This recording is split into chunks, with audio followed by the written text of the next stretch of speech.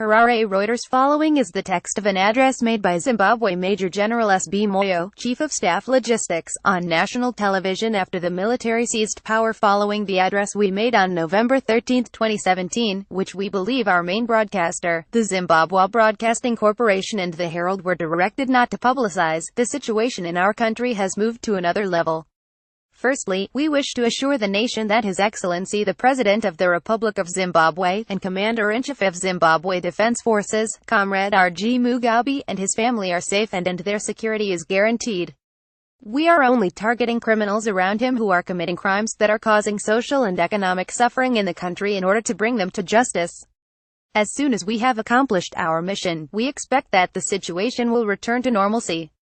To the civil servants, as you are aware, there is a plan by the same individuals to influence the current purging that is taking place in the political sphere to the civil service. We are against that act of injustice and we intend to protect every one of you against that.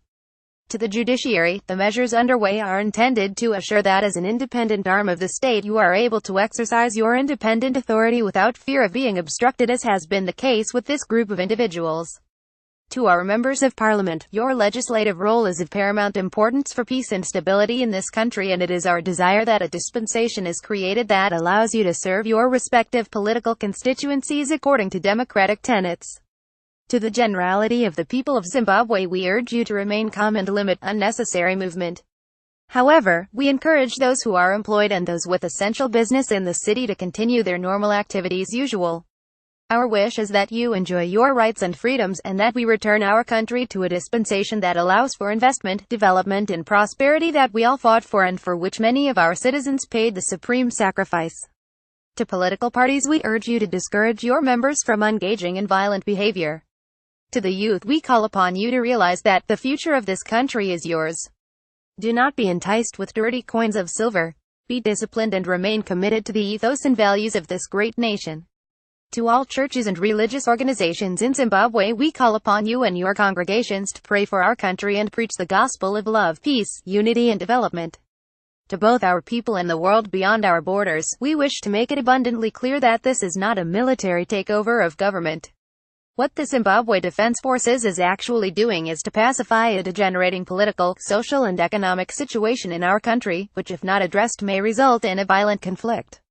We call upon all the war veterans to play positive in ensuring peace, stability and unity in the country. To members of the Defense Forces, all leave is cancelled and you are to return to your barracks with immediate effect.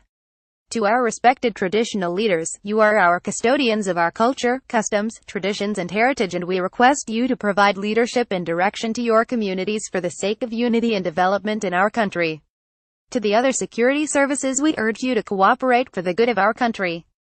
Let it be clear that we intend to address the human security threats in our country. Therefore, any provocation will be met with an appropriate response. To the media, we urge you report fairly and responsibly. Thank you. Reporting by McDonald Jurat. We your standards, the Thomson Reuters Trust Principles.